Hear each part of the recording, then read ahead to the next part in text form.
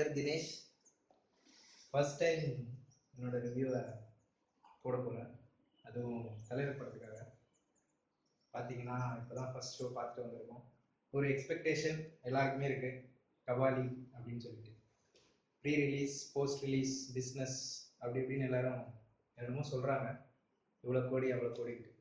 ஆனால் படமாக நாங்கள் போய் பார்க்கும்போது அந்த தலைவரோட மாஸ் அப்படின்னு பார்த்தீங்கன்னா ஒரு முதல் 15 நிமிஷம் நீங்கள் வந்து சீட்லேயே உட்கார மாட்டீங்க.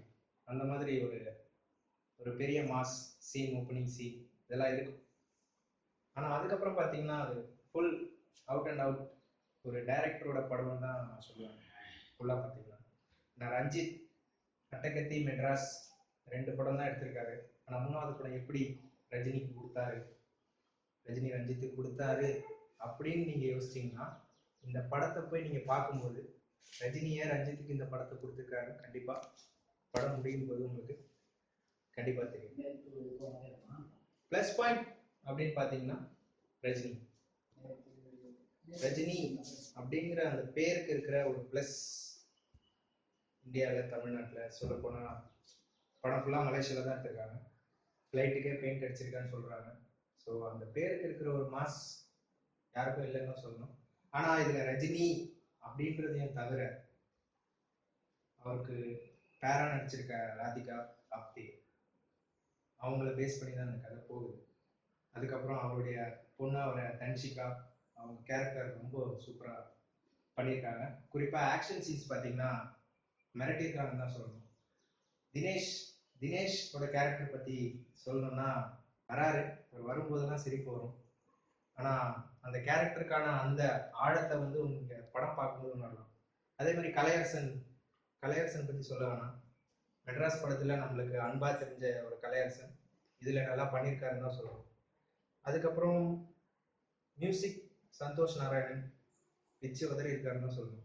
ஏன்னா படம் ஃபுல்லாக அவருடைய பேக்ரவுண்ட் மியூசிக் மட்டும்தான் நமக்கு கேட்குது.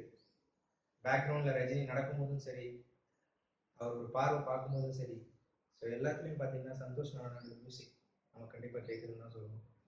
டைரக்ஷனை பொறுத்த வரைக்கும் ரஞ்சித் ரஜினியை வச்சு எடுத்திருக்காரு. ரஜினி ரஞ்சித் படத்தில் நடிச்சிருக்காருன்னு தான் சொல்லணும். ஏன்னா ரஞ்சித் ரஜினியை வச்சு எடுத்திருக்காருன்னு சொல்ல முடியாது. ஏன்னா படம் ஃபுல்லாக பார்த்தீங்கன்னா அந்த ஸ்க்ரீன் பிளே நீங்கள் பார்க்கும்போது ஒரு சீன்லையும் பார்த்தீங்கன்னா உங்களுக்கு அந்த ஆங்கிள், ரஜினியோட ஆக்டிங் இதெல்லாம் பார்த்தீங்கன்னா அந்த ஒரு பெரிய மாஸ் அப்படின்றது இருக்காது. ரஜினி படம் பார்த்துட்டு இருக்கும்போது தியேட்டரில் இருக்கிற ஆடியன்ஸ் பேசுனதை வச்சு சொல்கிறது பார்த்தீங்கன்னா படம் கொஞ்சம் ஸ்லோவாக போகுது அப்படின்ற மாதிரி சொல்கிறாங்க. பட் நாங்கள் பார்க்கும்போது அந்த ஸ்லோனஸ் படத்துக்கு தேவைப்படுது அப்படின்னு தான் எனக்கு தோணுது. ஆனால் நெகட்டிவ் அப்படின்னு பார்த்தீங்கன்னா கொஞ்சம் ட்ராக் ஆகிற மாதிரி தெரியுது படம்.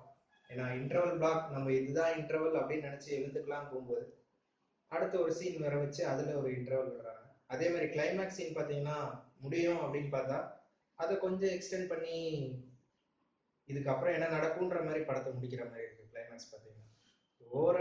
ஓவராலாக பார்த்தீங்கன்னா கம்ப்ளீட்டாக இது வந்து யூத்ஸ்க்கு பிடிச்ச படமாக இருக்கும். ரஜினி ஃபேன்ஸ் அப்படின்னு சொல்லணும்னா முதல் 15 நிமிஷம், கடைசி ஒரு 15 நிமிஷம் ரஜினி ஃபேன்ஸுக்கு கண்டிப்பாக ஒரு செலிப்ரேஷன் தான் இருக்குன்னு சொல்லலாம். என்னோட ரிவ்யூ பிடிச்சிருந்ததுன்னா கண்டிப்பாக லைக் போடுங்க. கபாலிக்கு நான் தர ஸ்டார்